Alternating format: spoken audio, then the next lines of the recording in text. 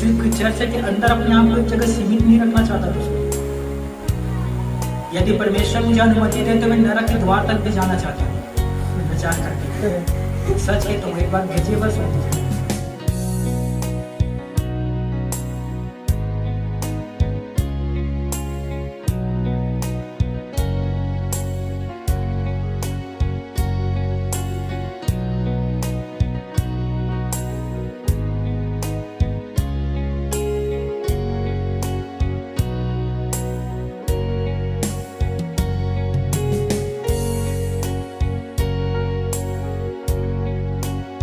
आपका जो काम है थोड़ा बढ़ गया है, आपकी थोड़ी जिम्मेदारी जो पहले भी है अब थोड़ा और बढ़ गया है। पता है वो क्या है?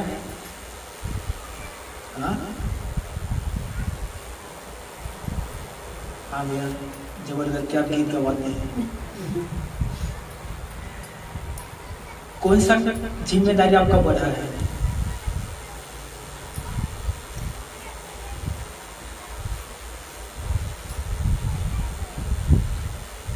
आपकी जो जिम्मेदारी है वो है प्रार्थना। कौन बढ़ गए हैं? प्रार्थना।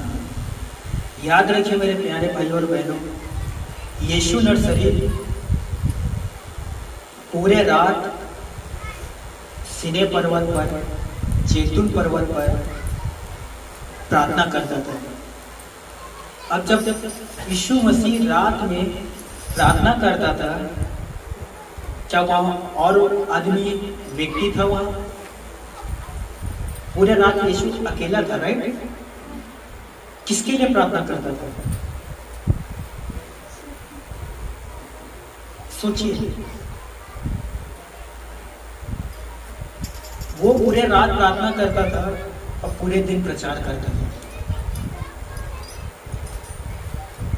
मैं क्यों कह रहा हूं कि आपके थोड़ी सी जिम्मेदारी बढ़ गया है? व्यक्तिगत अपने प्रार्थना में यहाँ के लिए भी आप प्रार्थना करना शुरू करें। यीशु ने कहा मेरे और बहुत सारे भेड़े हैं जो अभी इस भेड़शाला में नहीं आया है, उन भेड़ों को भी मैं अपने भेड़शाला में लाऊंगा। हालेलुया। खुदा का वचन कहता है यीशु द्वार है, और जिस दिन आपने यीशु मसीह पर विश्वास लाए हैं उसी दिन आप उसके भेड़शाला में प्रवेश कर चुके हैं। याद रखिए, प्रकाशित वाक्य पर लिखा है कि हम सभी के नाम जीवन की पुस्तक में लिखा गया है, अर्थात जिनका नाम जीवन के पुस्तक में है वे सभी परमेश्वर के भेड़शाला में प्रवेश करने के योग्य हैं। लेकिन उनका क्या दोस्तों, जो अभी भी जीवन के पुस्तक में उनका नाम नहीं है, यीशु के भेड़शाला में अभी भी वो आया नहीं है। मुझे बताओ कौन उसे भेड़शाला में लाएगा?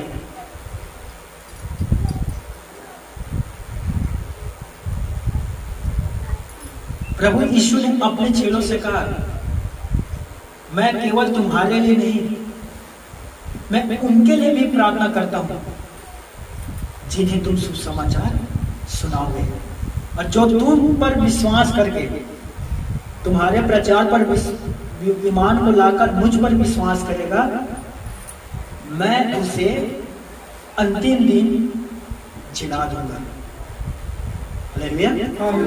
इसीलिए मेरे प्यारे भाइयों और मेरी बहनों, विशेष करके आपका ये जिम्मेदारी है कि आप उनके लिए भी प्रार्थना करें, उन तमाम प्यारे भाई बहन के लिए प्रार्थना करें। याद रखिए हम उद्धार पाए हुए व्यक्ति हैं, और एक उद्धार पाए हुए व्यक्ति दूसरे के विषय में भी चिंता करता है। आमीन। फिलिपियों 2:4, हर एक, अभी बाइबल उसमें से मत निकालो, हर एक अपने हित की नहीं परंतु दूसरे की भी चिंता करे। वचन कहता है जैसे मसीह यीशु का स्वभाव था वैसे ही तुम्हारे भी स्वभाव होना चाहिए। हालेलुया। हमारे कुछ भाई बहन होते हैं केवल, छत्तीसगढ़ी में सुंदर शब्द है, आपको पता है उसे क्या कहते हैं? जो केवल अपने बारे में सोचते हैं। हाँ, स्वार्थी हिंदी में आता है, लालची भी हिंदी में आता है। छत्तीसगढ़ी में जो केवल अपने बारे में ही सोचते हैं, भूखा कहते हैं हड़प, वो है उसे भी हड़प, उसे भी हड़प, केवल अपने बारे में, बिल्कुल भी नहीं। बाइबल पर लिखा है कि लोगों में यीशु मसीह परमेश्वर के स्वरूप में होने के बावजूद भी वो अपने आप को परमेश्वर के स्वरूप में समानता में नहीं सोचता था, वो शून्य हो गया। ग्रंथों पर लिखा है कि वो जो धनवान था यीशु नरसरी, वो गरीब हो गया ताकि उसके गरीब हो जाने से आप धनवान हो जाओ। हालेलुया। तो केवल अपने ही विषय में नहीं, परंतु उन प्यारे भाई बहन के भी विषय में सोचो जो अभी भी उद्धार नहीं पाया है, अभी भी यीशु मसीह को नहीं चखा है, अभी भी वे लोग दूर है परमेश्वर से। अब निकालिए पवित्र शास्त्र बाइबल से रोमियो अध्याय 10।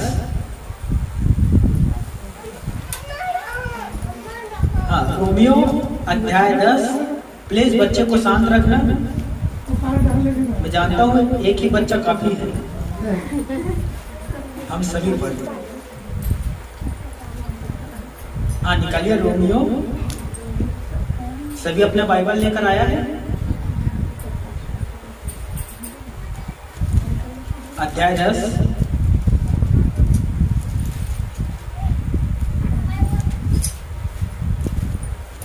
चलिए बहनों, कान खोल कर सुनना, सोने नहीं है, ठीक है?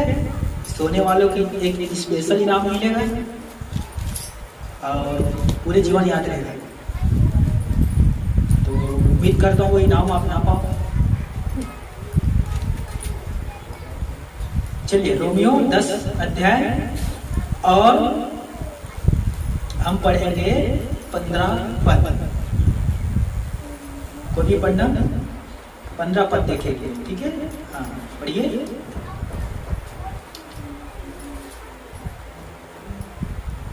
रोमियो 10-15 पद। शर्माइए नहीं, कोई भी पढ़ सकता है, हिंदी में है, उर्दू में नहीं है। हाँ, यदि भेजे न जाए तो क्यों प्रचार करे? हाँ, यदि भेजे न जाए तो कैसा प्रचार करे? जैसा लिखा है कि उनके पाँव क्या ही सुहाने हैं, अच्छी बातों का सुसमाचार सुनाते हैं। अच्छी बातों के सुसमाचार सुनाते हैं। पिता परमेश्वर अपने पढ़े गए कलाम वचन पर हम सभी को आशीष दे। वचन कहता है यदि प्रचार किया ना जाए तो सुनने वाले विश्वास कैसा करेगा? ध्यान से सुनना।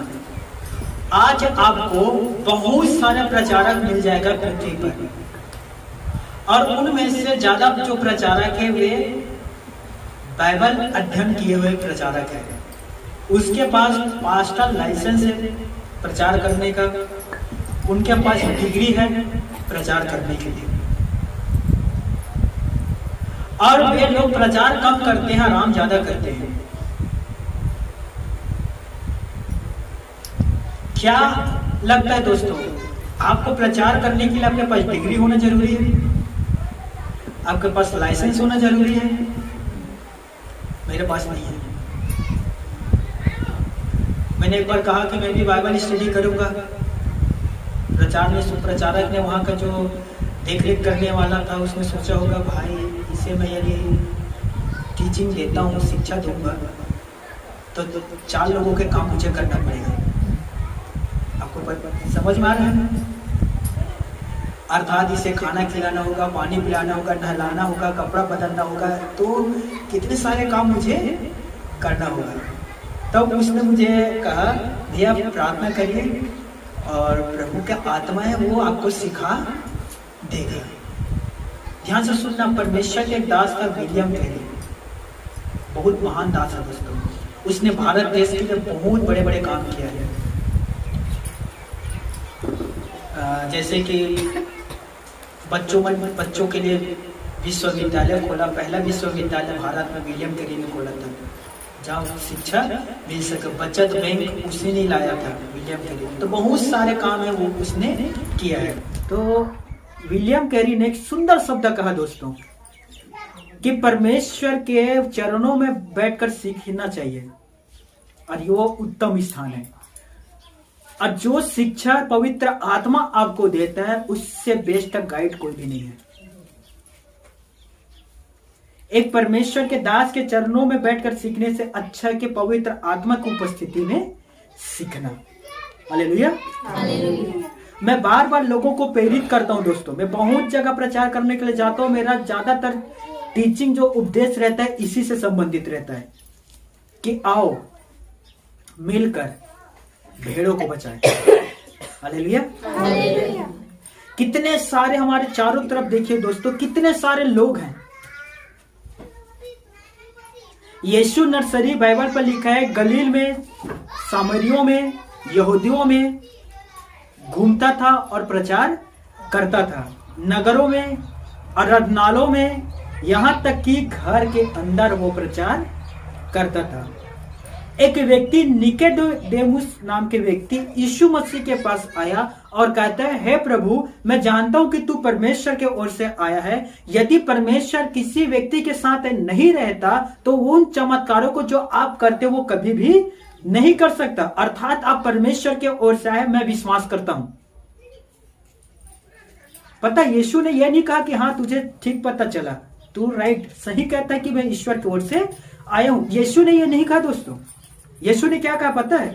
यीशु ने निकोदेमुस से कहा, मैं तुमसे सच सच कहता हूं, यदि कोई नए सिरे से न जन्म ले वो परमेश्वर के राज्य में प्रवेश नहीं करेगा।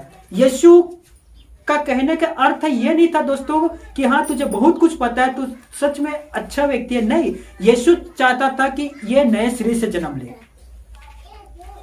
पुराना जो उसका चाल चलन है वो मिट जाए और एक नया सिरे से जन्म ले। यीशु का टीचिंग यह था दोस्तों। आज पता है हम किसके पीछे भागते हैं दोस्तों? चीन और चमक। अभी यहाँ पास आप बीच में यह होता कि एक परमेश्वर के महान दास सारे इंटरनेशनल प्रचारक है और उसके हाथ रखने से आदमी 6 फीट दूर जाकर गिरता है।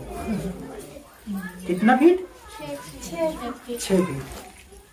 फिर देखते यहाँ कितना व्यक्ति इकट्ठा होता है। मैं सच कह रहा हूं।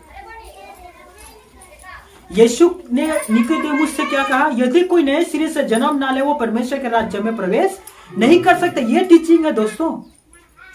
ये प्रचारक है, ये प्रचार है और यही प्रचार हमें भी करना चाहिए। अब निकोदेमुस के पास एक सवाल था यीशु के प्रति। यीशु से कहा निकोदेमुस ने, मैं कैसे नए सिरे से जन्म लूं क्योंकि मैं बुजुर्ग हो चुका हूं।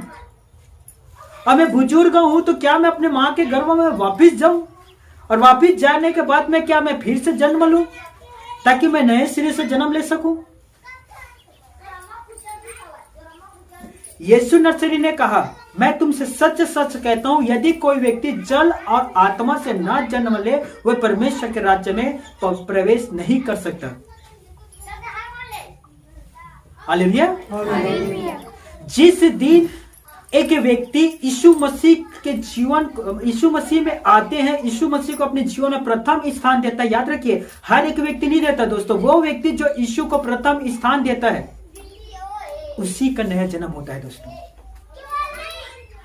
नए सिरे से जन्म लेने का अर्थ है दोस्तों कि हमारा पुराना जितना पास्ट था, गंदगी था, पुराना चाल चलन था, वे सभी दफन हो जाता है यीशु के साथ कब्र पर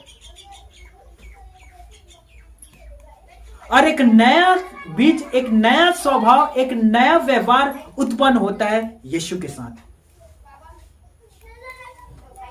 पहला कुरिन्थियों अध्याय 6:14, परमेश्वर ने अपने सामर्थ्य से यीशु मसीह को जिलाया, वैसे ही परमेश्वर हमें भी जिंदा करेगा। हालेलुया। याद रखिए दोस्तों, एक सुंदर उदाहरण पौलुस ने कुरिन्थियों को कलीसिया को दिया। कुरिन्थियों के कलीसिया में हर प्रकार के चिन्ह और चमत्कार होता था दोस्तों। ऐसा कोई भी चमत्कार नहीं है जो कुरिन्थियों के कलीसिया में नहीं होता होगा। वह भविष्यवाणी होता था, वह मुर्दे जीवित होता था, अंधे का आंख खुल जाता था, कोढ़ी शुद्ध हो जाता था। और इन सारे चमत्कारों के बावजूद वहां के जो विश्वासी भाई बहन थे ना, आत्मा में कमजोर थे दोस्तों। उन लोग आत्मा में बलवंत नहीं थे। यीशु पौलुस ने कुरिन्थियों 15:33 में लिखा, सावधान, तुम लोग सावधान हो जाओ, तुम लोग अविश्वासों से संगति करके तुम्हारे जो विश्वास है अपने विश्वास को अविश्वास में तब्दील कर रहे हो, बदल रहे हो। तब पौलुस कहता है कि बुरे संगति अच्छे चरित्र को बिगाड़ देता है। सावधान रहो, ऐसा काम ना करना। ध्यान से सुनिए दोस्तों, आज हमारे पास, आपके पास, मेरे पास जीवित और महान यीशु है। क्या आपके मन पर कभी भी यह विचार आया है कि मैं दूसरे को सुसमाचार सुनाऊं? कभी भी? क्या कभी भी आपके मन कहता है कि हाँ, मैं मेरे अपने भाई को सुसमाचार सुनाऊं, मेरे पड़ोसी को सुसमाचार सुनाऊं, मेरे रिश्तेदार को सुसमाचार सुनाऊं? कभी भी ऐसा मन में आया आपका? कभी भी आता ख्याल? देखिए कितने हमारे बहन ईमानदारी के साथ कहते हैं कभी भी।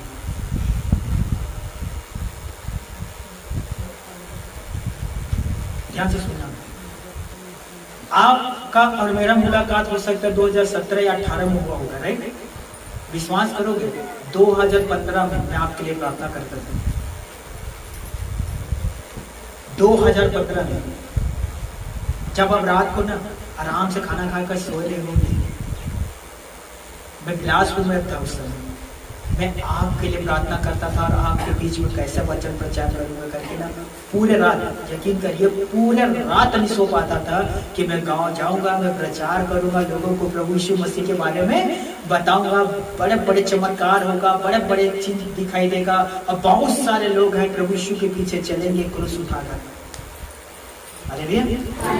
जब मैं इन विचारों को अपने मन पर लाता था दोस्तों, मैं इतना खुश होता था, मैं पूरे रात नहीं सोता था, पूरे रात जग जाता था। अब यकीन करिए इतना खुशी मुझे कभी भी फिल्म देखता था नहीं मिला था।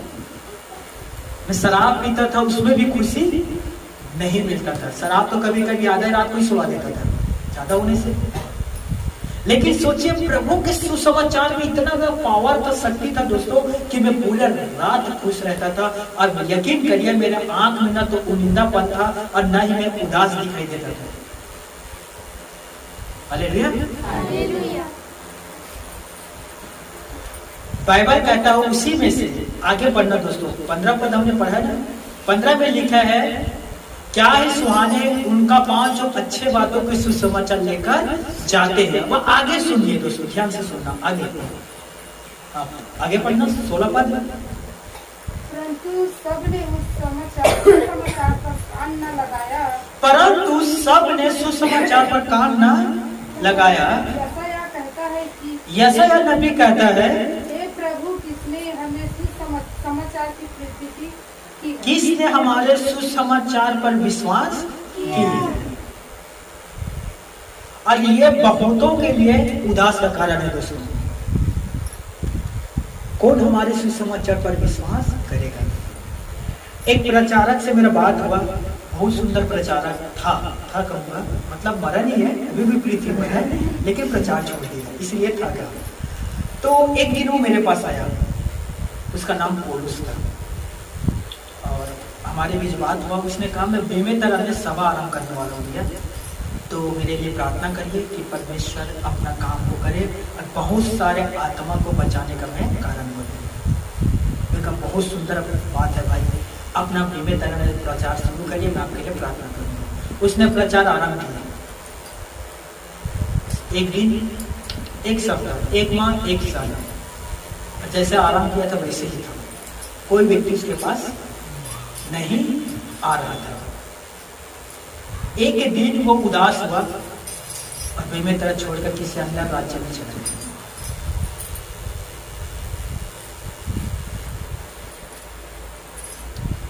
मैं एक व्यक्ति के बारे में जानता हूं, दो व्यक्ति को लेकर करीबन 30 या 40 साल तक प्रचार किया, सिर्फ दो व्यक्ति थे उसके कलीसिया में, और आज उसके पास लाखों खरीचा थे।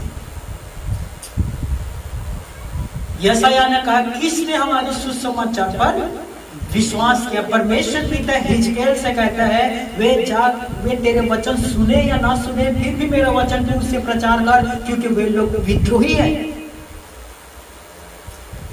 वे तुझे कांटों पर उन कांटों पर लेटाएंगे, बिच्छू और सांपों के सामने डालेगा, फिर भी मत डर। वे तेरा वचन नहीं सुनेगा ना, मत सुने, फिर भी तू प्रचार कर।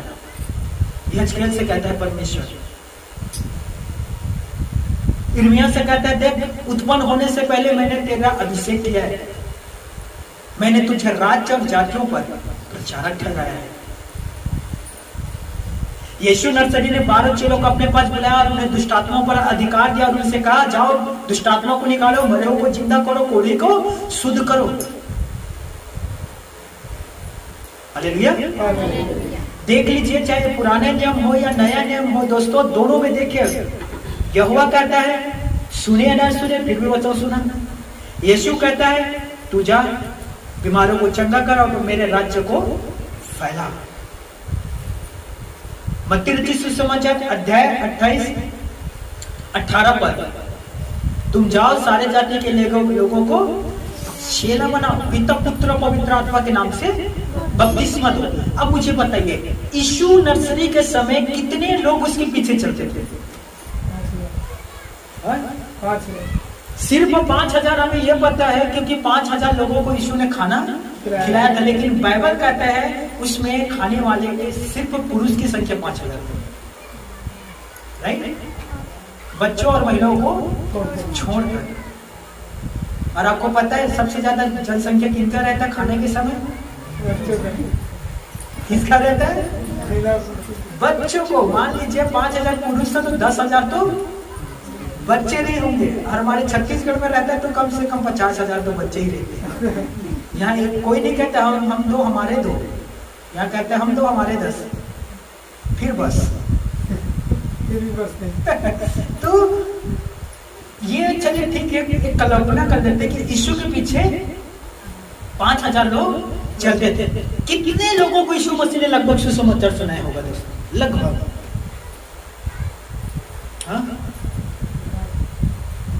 3.5 साल उसने सेवा किया। अब सोचिए 3.5 साल में 5000 तो भीड़ उसके पीछे चलते थे, लोग गिर पड़ते थे उसके कपड़ों को छूने के लिए, राइट? बीमार से पीड़ित लोगों को लेकर खाटों पर लेकर यीशु मसीह के पास जाते थे। और पूरे इजराइल के जितने क्षेत्र है लगभग 100 किलोमीटर उसने पूरा प्रचार किया है। मिनिमम मान लीजिए 1 लाख लोगों को तो सुसमाचार, यह उदाहरण है ना, सुनाया होगा, राइट? कितने लोगों ने यीशु मसीह पर विश्वास किया? क्या यीशु हताश हुआ? यीशु ने निराश हुआ कि कोई मेरे प्रचार पर विश्वास नहीं करता, परमेश्वर पिता आपके बेटे पर विश्वास नहीं करता, एक काम करता हूं, मैं थक गया, मैं तेरे पास वापस हेवेन स्वर्ग पर आता हूं, मेरे प्रचार पर विश्वास नहीं करता। ऐसा यीशु ने कहा। यीशु ने क्या कहा? पिता जिसने मुझे भेजा है उसके काम को हमें दिन के दिन करना अनिवार्य है, क्योंकि वो रात आने वाला है जिसमें कोई भी काम नहीं करेगा। इसीलिए यीशु मसीह जो परमेश्वर का काम था वो दिन के दिन करता था दोस्तों। यूहन्ना 5 में यीशु मसीह कहता है मेरा पिता अभी तक काम कर रहा है, इसीलिए मैं भी काम कर रहा हूं। हालेलुया। क्या हम भी पिता परमेश्वर के काम कर रहे हैं दोस्तों? मुझे बताइए। मैं जानता हूं, मैं आप लोगों को भले बात ही जानता हूं, प्रचार का समय हो, कोई भाई मुश्किल से कर देगा ना तो बहुत मुश्किल से 2 या 3 मिनट। पता है भैया, मैं आपको एक छोटा सा प्रचार सुनाता हूं, यीशु मसीह ऐसा है, ऐसा था और ऐसा किया। फिर दूसरा टॉपिक आता है, पता है प्रधानमंत्री क्या काम कर रहे हैं? क्या काम कर रहे हैं भाई? वो राशन कार्ड बंद करने वाला है, और यह ना भले भांति 4 घंटे करेगा। मैं सच कहता हूं मैं। अपने आप को देखना, हम जब प्रचार करते हैं उस समय को देखना, और जब हम दूसरे से चर्चा करते हैं उस समय को देखना, कौन ज्यादा रहता है? हाँ,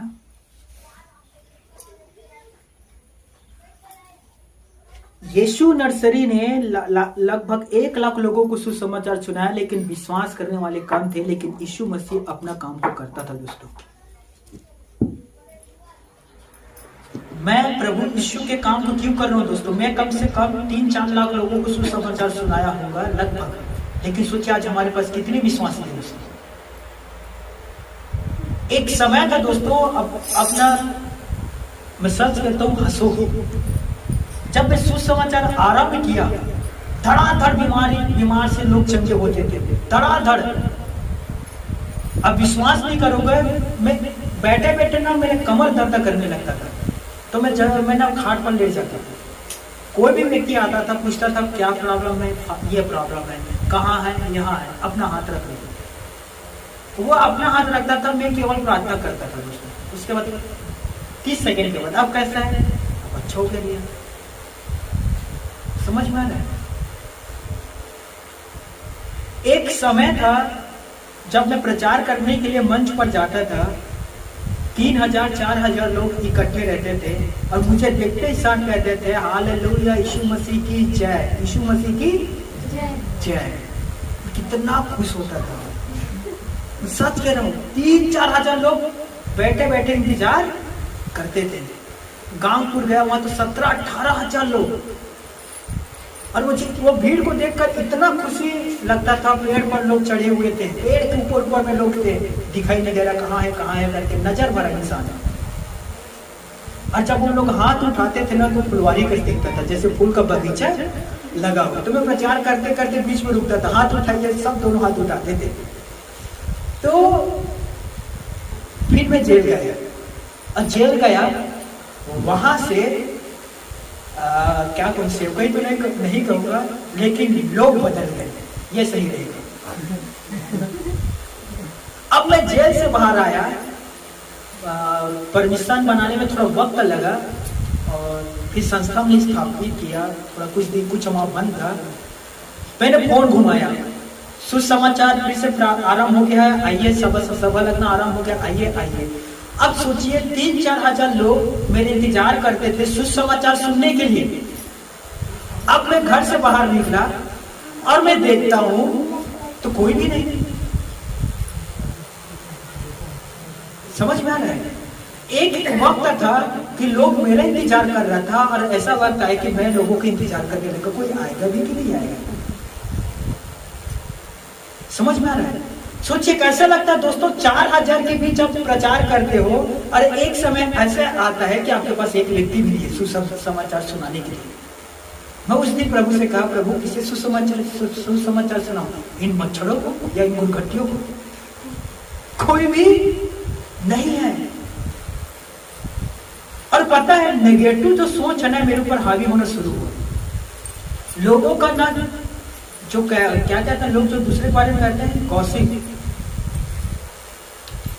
वो मेरे कानों तक आया।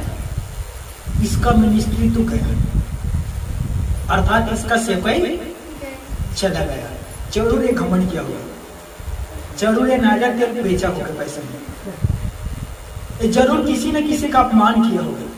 इसीलिए इसका जो मिनिस्ट्री था, जो सेवकाई था, वो खत्म हो गया। पता है, एक ऐसा था सीधा ना दिल पर चुभता था, कांटा जैसे कोई ना कांटा चुभा रहा है। और मैं प्रभु से प्रार्थना करना शुरू किया। मैंने कहा, प्रभु आपने कहा था कि प्रचार कर, मैं 1000 लोगों को तेरे पास भेजूंगा, कहाँ है वो 1000 लोग? मैं पीछे नहीं हटा दोस्तों। शैतान ने मुझे पूरी तरीके से बर्बाद करने की कोशिश किया, लेकिन मैं पीछे नहीं हटा। मैंने शैतान से कहा, याद रख, तू मुझे जितने जमीन पर नीचे दफना की कोशिश करेगा, मैं उतने ही यीशु के नाम से फूंकूंगा। हालेलुया। और आज तक देखिए दोस्तों, मैं सुसमाचार सुनाने में स्थिर हूं। लोग मेरे वचन मैं प्रचार करता हूं, विश्वास लाता है या नहीं लाता है, विश्वास करता है या नहीं करता है, ये मेरा जिम्मेदारी नहीं है, ये पवित्र आत्मा की जिम्मेदारी है। यदि ईश्वर मुझे पावर दे, शक्ति दे, लोगों के मन को बदलो, तो मैं सच कहता हूँ, सबसे प्रथम विक्रमपुर के सभी के लोगों के मन को बदलता। आराम में यही से करती, ईमानदारी से कह रहे हैं भाई, क्योंकि सबको पता था 4 बजे सभा लगने वाला है। और देखिए कितने बजे आए, कुछ तो अभी भी नहीं आया है, कुछ तो अभी भी सब्जी पका रहे होंगे घर में। एक दिन टाइम में खाओगे तो क्या होगा, आपका पेट अंदर चले जाएगा, या आपका बीपी बढ़ जाएगा, ये शुगर लो हो जाएगा। बताइए, किसी को चंगा करना, किसी के मन को बदलना, किसी को नया जीवन देना, क्या एक पासवान का जिम्मेदारी है? पासवान के हाथों में रहता है, पास्टर के हाथों में रहता है, किसके हाथों में रहता है?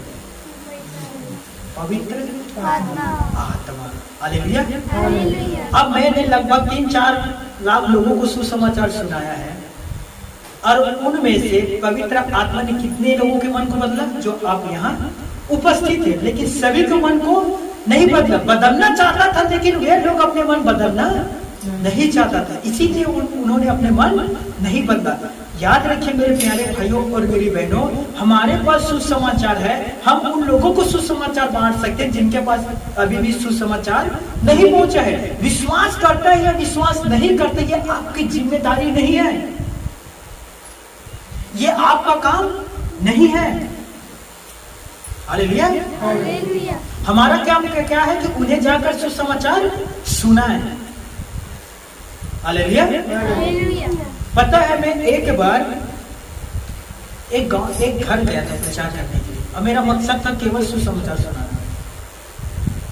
आप देखे होंगे कि ज्यादातर मैं आपके पास भी आता हूँ, मुलाकात करने के लिए आता हूँ, कहीं ना कहीं हम लोग यीशु मसीह की ही बात करते हैं।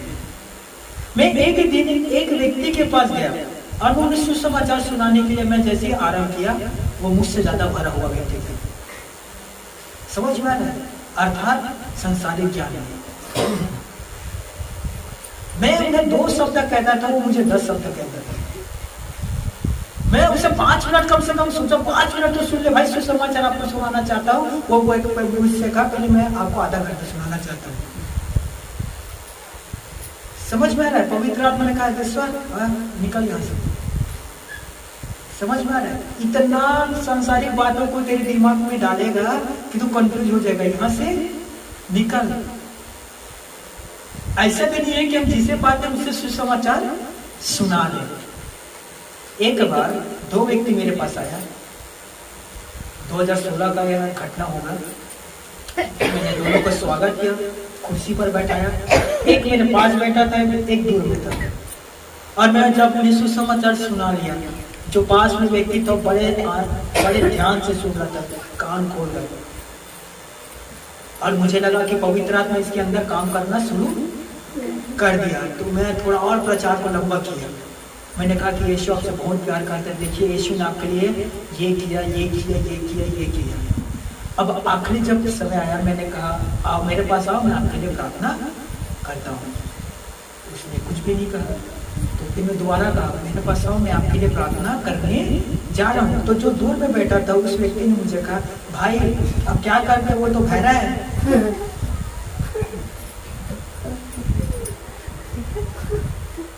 मैंने कहा, हे प्रभु ये क्या हो गया, मैं बहरा को सुसमाचार सुना है। और वो भी बड़ा ध्यान से सुनता था। अच्छा हाँ ऐसा है। अब मुझे लगा पवित्र आत्मा काम कर रहे हैं। बाद में एक भाई कहता, भैया वो तो बहरा है, इसीलिए आप बुला रहे हो, आपके पास नहीं आ रहा है। समझ में नहीं? तो प्रचार करने से पहले देख लो, सामने वाले गूंगा बहरा थोड़ी है, सुनाई देता भी है या नहीं देता है। तो दूसरे बात के लिए मैंने धन्यवाद दिया कि दूसरा व्यक्ति जो था, मैंने पूछा आपका कान सुनाई देता है? उसने कहा भैया दोनों कान सही है। तो आप सुसमाचार सुने, कुछ समझ में आया? हाँ क्या? यीशु परमेश्वर का बेटा, इतना ही। मैंने कहा उतना ही काफी है। Hallelujah, hallelujah. इसीलिए यीशु नर्सरी ने कहा कि तुम जाओ, तुम बाहर जाओ। अब मुझे बताओ, घर से बाहर जाते हो? कुछ भाई के पेट को देखकर लंगाड़ा बजाने का मन करता है। समझ में नहीं? क्या क्यों? खाना सो जाता है, खाना और सो जाना। सुबह उठा, खाना खाया, नहा धोकर दोपहर में फिर सो जाना। अजीब है भाई। शाम हुआ, खाना खाया, रात भर फिर सो जाना। यीशु ने क्या कहा? तुम जाओ, बाहर जाओ। देखिए, मैं कलीसिया से बाहर आया कि नहीं आया? क्या लगता है दोस्तों, एक जगह बैठे रहना पता है कितना पेनफुल रहता है, दर्द से भरा रहता है। अब एक जगह ना 5-7 घंटा बैठ कर देखो कैसा लगेगा दोस्तों।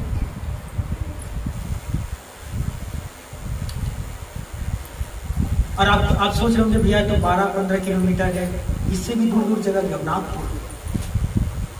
नागपुर गए, सोचिए लगभग 10-12 घंटा सफर कर गए। MP, कोरबा। मैं सिर्फ चर्च के अंदर अपने आप को एक जगह सीमित नहीं रखना चाहता दोस्तों। यदि परमेश्वर मुझे अनुमति दे तो मैं नरक के द्वार तक भी जाना चाहता हूँ प्रचार करने के लिए। सच के तो एक बार भेजिए बस वो मुझे, मैं वहां भी जाना चाहता हूँ। प्रभु एक बार भेजा जेल में, दोबारा भी जाना चाहता हूँ। मैं तैयार हूँ। मैं आत्मा जीतने के लिए मैं कहीं भी जा सकता हूँ।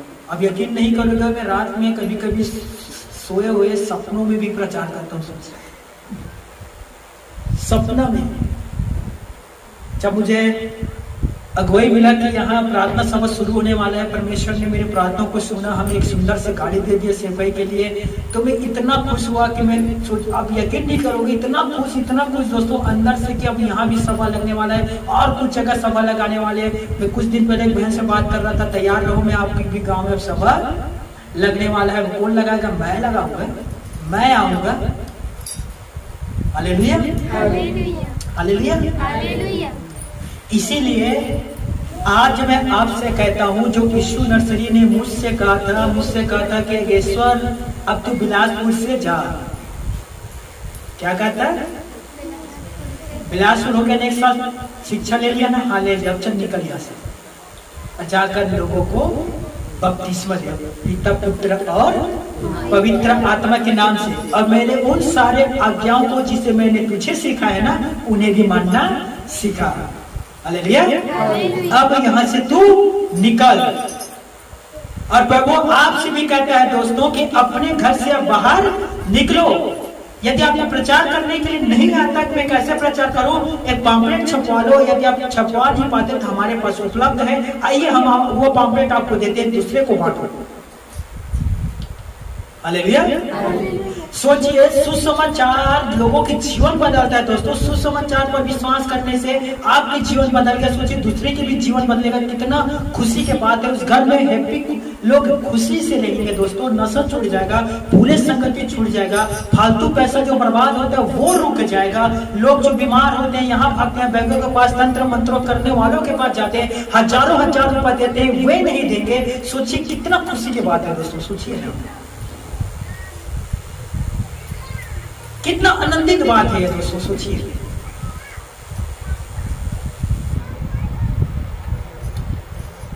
योना की पुस्तक कितने लोगों ने पढ़ा है? योना नबी का पुस्तक। चलिए, प्रभु आप सबको आशीष दे। मतलब अब पढ़ चुके हैं तो जल्दी समझ जाओगे। परमेश्वर ने अपने दास नबी से कहा, योना से, तू निनवे नगर जा। मैं उन्हें 3 दिन में, 3 या 7 दिन में,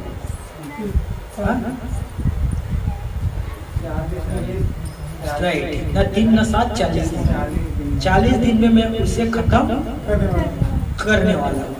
अब योना ओवर स्मार्ट, समझ रहे हो? दिमाग, अपनी बुद्धि इस्तेमाल करने वाले। परमेश्वर ने कहा निनवे नगर जा, और यह दूसरे नगर बनने लगा। तर्शीश करके नगर है, वहां पर जाने वाले जहाज पर सवार हो गए और जाकर अच्छा जहाज में गया, अपने केबिन, अपने रूम पर गया, लात तानकर सो गए। परमेश्वर कहता है, देख रही हो ना, मैं इसे यहाँ जाने के लिए कह रहा हूँ, ये यहाँ भग रहा है। परमेश्वर ने, आपको पता है, समुद्र पर विपत्ति लाया, आंधी तूफान लाया, और योना आराम से सो रहे कि मैं तो बच गया। कौन निन्वे नगर जाएगा? वो दरअसल इजराइलों का सबसे शत्रु देश था दोस्तों, सबसे बड़ा शत्रु का देश, इसीलिए वो दूसरे नगर भागने लगा। आपको पता, विपत्ति डाला गया। अंत में योना देखा कि मैं कहीं नहीं भाग सकता, तो उसने क्या किया, अपने आप को समुद्र में गिरवा दिया। जैसे समुद्र में गिरा, उधर मछली पहले से योना के ताक में था कि जैसे नीचे आ गया मैं उसे निगल लूंगा, चबाऊंगा नहीं। मछली को भी परमेश्वर ने शर्त दिया, सिर्फ निगलना, उसे चबाना नहीं। और जैसे योना समुद्र में आया, मछली उसे निगल लिया। अब योना का भी दिमाग देखे, तीसरा दिन उसे स्मरण आता है कि मैं क्यों ना यहीं से प्रार्थना करूं। मछली के पेट में है वो, सोचिए, और वहीं से उसने प्रार्थना किया और परमेश्वर ने उसके प्रार्थना को सुना, मछली को आज्ञा दिया इसे वापस से सूखे जमीन पर उगल दे। अब योना मछली के पेट से बाहर, और जैसे मछली के पेट से बाहर आया, दिमाग आ गया उसका कि मैं अब ईश्वर से भागकर कहीं भी नहीं जा सकता। कहाँ जाऊं प्रभु? निन्वे नगर जा। क्या करूं? प्रचार कर। क्या प्रचार करूं? कि 40 दिन के बाद तुम सब नष्ट हो जाओगे। अब योना नगर पर गया दोस्तों, प्रचार किया कि 40 दिन के बाद यह नगर नष्ट हो जाएगा। और निन्वे के जितने लोग थे, राजा प्रजा, सारे के सारे पश्चाताप करने लगे, छाती पीटने लगे, राख पर बैठ गए, सिर पर दुपट्टा लगा लिया, या कह सकते कपड़े को लगा लिए, और प्रचार कर रोने लगे। और राजा ने ऐलान कर दिया कि किसी की भी घर चूल्हा नहीं जलना चाहिए, कोई भी जानवर है कुछ भी खाना नहीं चाहिए। और प्रचार हुआ दोस्तों। सोचिए, परमेश्वर ने 40 दिन का समय दिया था खत्म करने के लिए, उससे पहले ही परमेश्वर ने अपने मन को बदल दिया। कोई भी नहीं मरा। बाइबल पर लिखा है, योना की पुस्तक पढ़ लेना, 1,20,000 व्यक्ति सुसमाचार के द्वारा बच गए दोस्तों। हालेलुया। अब मुझे बताओ, यदि योना जाकर प्रचार नहीं करता तो क्या 1,20,000 व्यक्ति बचता? यदि मैं आपके बीच आकर प्रचार नहीं करता तो क्या आप लोग बच पाते थे? सोचिए दोस्तों, कितने सारे ऐसे लोग हैं जो आज हमारे यहाँ इंतजार कर रहे हैं कि कोई हमें आए सुसमाचार सुनाए, कोई हमें आए हमें इस पाप भरे जीवन से बाहर निकाल लाए। पता है कितने सारे लोग अनजान है, उन लोग इसीलिए उन लोग मूर्खता के काम करते हैं। उन लोग ना दुनिया भर की क्रिया कराए काम को करते हैं कि इनके द्वारा हमें शांति और उद्धार मिल जाएगा, और इसके बावजूद भी उन लोग उद्धार नहीं पाए हैं दोस्तों। वे लोग आपके इंतजार कर रहे हैं, उनके कान आपके सुसमाचार सुनने के लिए इंतजार कर रहे हैं। क्या इन्हें सुसमाचार नहीं सुनाना चाहिए दोस्तों? मुझे बताओ। छोटे छोटे आज बच्चे जो है ना, प्रभु के सुसमाचार बांट रहे हैं। बच्चे जो विद्यार्थी जो स्कूल जाते हुए लोग जाकर प्रभु के सुसमाचार बांट लेंगे। उनके जिनके पास पेंसिल नहीं, उन्हें पेंसिल दे रहे हैं, और ये नहीं कहता कि हम दे दें, ये कहता कि यीशु ने देने के लिए कहा इसलिए हम दे रहे हैं। हालेलुया। जवान जो कॉलेज में पढ़ने वाले हैं, वे कॉलेज में जाकर प्रभु के सुसमाचार बांट रहे हैं। सब्जी बेचने वाले प्रभु यीशु मसीह के सुसमाचार बांट रहे हैं दोस्तों। किसान जो किसान के काम करते हुए मंडी में जाकर सुसमाचार बांट रहे, जब वो बेचने के लिए जाते हैं धान। क्या लगता है दोस्तों, कहीं भी काम करते करते सुसमाचार नहीं सुना सकते? अब खेत पर काम करने के लिए कह रहे 4 लोग और आपके साथ, क्या हम सुसमाचार तो नहीं सुना सकते? मैं आप लोगों को एक कहानी सुनाना चाहता हूँ, एक बहुत सुंदर कहानी, ऐसा कहानी जो आज तक आपने नहीं सुना होगा। सुनने वाले ने सुनने के लिए उत्सुक हो जाएंगे, लेकिन लोग कहानी सुनने के लिए आगे रहते हैं, खासकर हमारा देश प्रसिद्ध है। हालेलुया। फिर उन्हें कहानी सुनाना शुरू करो। क्या आपने कभी सुना है कभी भी कि एक कुंवारी गर्भवती होता है? कुंवारी गर्भवती, सोचिए बहन लोग रहेंगे, कुछ तो वहीं पर सिर पकड़ देंगे, कुछ कहेंगे हाय दादा ऐसे कैसे होते। हालेलुया। सोचिए कितने ध्यान से सुसमाचार सुनेंगे दोस्तों। सोचिए उनके पास जाकर कहोगे कि मैं एक और सुंदर सुसमाचार सुनाता हूं जो इससे भी पावरफुल है। कौन सा? मरे हुए आदमी जिंदा हो गए। वो काम छोड़ कर आपके सुसमाचार सुनेगा दोस्तों? नहीं सुनेगा। हाँ बताइए। कितना अनोखा बात है, सोचिए। हालेलुया। आप मुझे बताएं, क्या आपको इतना कहने के लिए आएगा कि नहीं आएगा या नहीं, कि प्रभु यीशु मसीह जिंदा हो गया मरे हुए में से, और परमेश्वर ने शक्ति से उसे जिंदा किया, और जितने यीशु मसीह पर विश्वास करता है उन सभी को भी परमेश्वर जिंदा करने वाला है। जो भी यीशु मसीह पर विश्वास करता है कोई भी नष्ट नहीं होगा। जो कोई भी यीशु मसीह पर विश्वास करता है वे सब जिंदा हो जाएंगे। बताइए, इतना कहने के लिए आएगा कि नहीं दोस्तों? हालेलुया। योना ने क्या 2 घंटा का प्रचार किया था कि तुम लोग शत्रु लोग हो, तुम लोग इजराइल से बैर करते हो, तुम लोग इजराइल को सताते हो, वे मदद मांगे आते हैं तो उनके, और जो मदद मांगने आते उनके और कपड़े को निकाल लेते हो। तुमने ये पाप किया था, तुमने वो पाप किया था, तुमने नबियों को खून को बहाया था, तुमने भविष्यवक्ताओं के खून को बहाया था। ऐसा कुछ प्रचार किया था, छोटा सा प्रचार था ना योना का। 40 दिन के बाद तुम सभी स्वाहा, मन फिरा लो बच जाओगे। यही प्रचार था कि नहीं दोस्तों? हालेलुया। अब सोचिए, अब जाकर किसी को सुसमाचार सुनाते हो और उसके अंदर पवित्र आत्मा काम करता है। दोस्तों सोचिए, आपके द्वारा एक आत्मा बच गया, और वो एक आत्मा बचने से लुक्का 15 पर लिखा है कि स्वर्ग में आनंद मनाया जाता है, वहां धूम धड़ाका होता है दोस्तों, वहां। हालेलुया। हालेलुया। मैं जब पहले बार आत्मा बचा मेरे प्रचार के द्वारा, मेरी प्यारी बहन एक बची, इतना खुश हुआ दोस्तों, इतना खुश हुआ। मैंने पर बहुत ही ज्यादा आत्मा में डांस किया था। इसीलिए आत्मा में कहा, शरीर में कहता था, आप लोग कहता अभी दिखाओ ना कैसे खेलता। किसमें? आत्मा में। हालेलुया। और कहा था दाऊद की तरह मैं नाचूंगा प्रभु। हालेलुया। जब एक, मैं सच कहता हूं, जब एक व्यक्ति बच जाता है, एक व्यक्ति मन फिराता है, तो जितना आनंद स्वर्ग में मनाया जाता है उतना ही आनंदित पास्टर भी होता है। हालेलुया। हालेलुया। लेकिन जब एक व्यक्ति को पास्टर ही है, बार बार सुसमाचार सुनाता है कि मन फिराओ भैया, मन फिराओ, फिरा लो, कितने बार मन फिरा लो, यहाँ तक कि कहते पूरा बाइबल खत्म हो गया, उसका जीवन खत्म होने वाला है, लेकिन वो मन नहीं फिराता। तो याद रखिए, पवित्र आत्मा और सेवक भी दुखी होता है दोस्तों।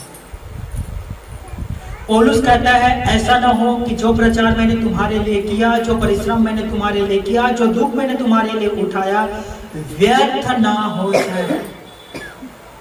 हालेलुया। आमीन। तो चलिए दोस्तों, आज से एक संकल्प ले लीजिए कि मैं सुसमाचार सुनाऊंगा। जब जब मुझे अवसर मिलेगा, चाहे मैं सब्जी खरीदने के लिए जाता हूँ मार्केट, वहां भी सुसमाचार सुनाऊंगा। हालेलुया। कपड़ा काचने के लिए यदि मैं जा रहा हूँ, कहाँ? तालाब। मेरा हाथ काम करेगा, मेरा पैर काम करेगा, लेकिन मेरा मुंह सुसमाचार सुनाएगा। हालेलुया। हालेलुया।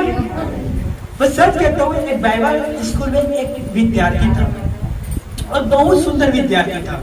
एक दिन वो कपड़ा काचने के लिए गया तालाब में, और वो कपड़ा काच रहा था, और वहां और कुछ जवान भाई था, और वो सुसमाचार सुना रहा था कि प्रभु यीशु मसीह हमारे लिए क्या क्या किया है। अचानक मधुमक्खी उन लोगों पर अटैक किया। समझ में आ रहा है? तो वो बाइबल स्टडी कर रहा था, तो उसे प्रार्थना सब कुछ आता है। और जैसे मधुमक्खियों ने आक्रमण किया, कुछ तो पानी के अंदर कूद गया। और तो आपको पता है मधुमक्खी पानी के अंदर भी घुस जाता है। जो पानी के अंदर गया उसे भी काटने लगा, कुछ तो कपड़े को ओढ़ लिया। लेकिन ये व्यक्ति, वो हमारे उम्र का है, वो प्रार्थना कर रहा था प्रभु यीशु मसीह से। भावर जो मधुमक्खी भावर मसीह है ना, सभी को काटा, लेकिन उस प्रार्थना करने वाले व्यक्ति को नहीं काटा। और सोचिए, वो दूसरों को लोगों के लिए वहां वो गवाही बना, जीवित गवाही। हालेलुया। तो सोचिए, कहीं भी किसी भी प्रकार के हमारे साथ कुछ भी घटना हो सकता है, लेकिन जो हम सुसमाचार सुनाते हैं ये बीज के जैसे दोस्तों, ये लोगों के हृदय में जाएगा। कुछ अभी फलेगा, कुछ माह में फलेगा, तो कुछ सालों के बाद, लेकिन फल आएगा। Hallelujah, hallelujah. इसीलिए मेरे प्यारे भाइयों और मेरी प्यारी बहनों, सुसमाचार आप सुनाओ। जब भी आपको अवसर मिलता है, जब भी आप किसी कार्यक्रम पर जाते हो, समझ में आ रहा है, वहां भी सुसमाचार सुनाओ। बस चेक कर लेना बहरा ना होना। समझ में आ रहा है, अंधा है फिर भी उसे सुसमाचार सुना सकते हो। बस बहरा नहीं रहना चाहिए। एक बार मुझसे गलती हुआ है, आप इस प्रकार की गलती न करना। आमीन।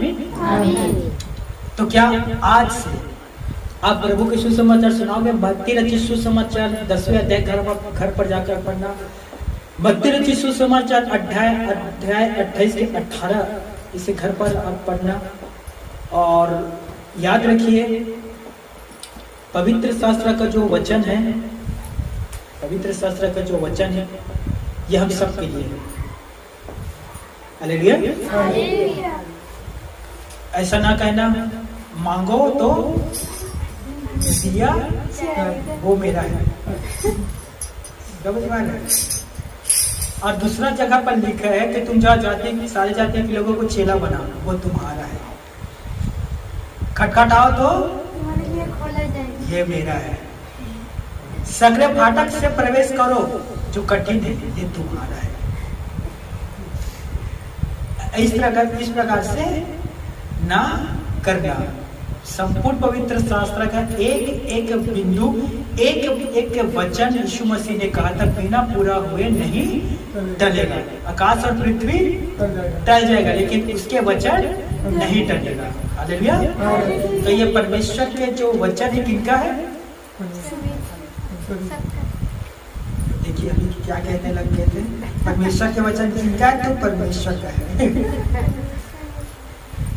हमारा तो नहीं है, तो उसका वचन है। उसका वचन है, किसको दिया गया है? निर्गमन पर लिखा है कि मूसा ने परमेश्वर के वचन को लिखा और इजराइल के सारे लोगों को सुनाया। हालेलुया। तो वचन किनका है? और वचन क्या कहता है कि तुम जाओ सारी जाति के लोगों को चेला बनाओ। तो क्या आप चेला बनाना चाहते हो सभी को? हालेलुया। उन्हें भी जो आपके विरुद्ध नफरत करते हैं, कुछ दिन पहले आपको गाली दिया, तो उन्हें भी सुनाओगे सुसमाचार। उन्हें भी जो आपके विरुद्ध पुलिस केस किए थे, हाँ, उन्हें भी सुनाओगे। देखिए ईमानदारी से जवाब देना। आपके और मेरे बीच पवित्र आत्मा गवाह है। कौन गवाह है? पवित्र आत्मा। तो उन सबको सुसमाचार सुनाओगे जो आपसे नफरत करते हैं। मेरे बहनों, आपके देखकर मुंह को मोड़ लेते हैं, हाँ, आपको देखकर अंटी फोड़ते हैं, आपको देखकर ऐसे करते हैं। प्रभु उसने मेरे ऊपर थूका था, उससे बस मैं सुनाऊंगा। वचन कहता है कि एक व्यक्ति यीशु मसीह के ऊपर थूका। पढ़े आप? यीशु ने उनके लिए प्रार्थना किया था कि नहीं, कि पिता इन्हें क्षमा कर, नहीं जानता कि, या सिर्फ उनके लिए कहा था जिन्होंने यीशु को कोड़ा मारा था, थूका था, उनके लिए भी। हालेलुया। तो हम किनके लिए भी प्रार्थना करें, सुसमाचार सुनाएंगे और प्रार्थना करेंगे? उन सारे लोगों के लिए। हम किसी से भेदभाव करेंगे? जाति को लेकर, रंग रूप को लेकर, या वो मुझसे ज्यादा गोरा है, मैं काला हूं, किसी के लिए भी भेदभाव ना करना दोस्तों। आत्मा होता है, चाहे वो अमीर का आत्मा हो, चाहे वो गरीब का आत्मा, चाहे वो गोरा का आत्मा हो, चाहे वो काला का आत्मा हो, चाहे वो नाटा हो या लंबा हो। प्रभु को ने क्या कहा, आत्मा बचाओ, राइट, हालेलुया।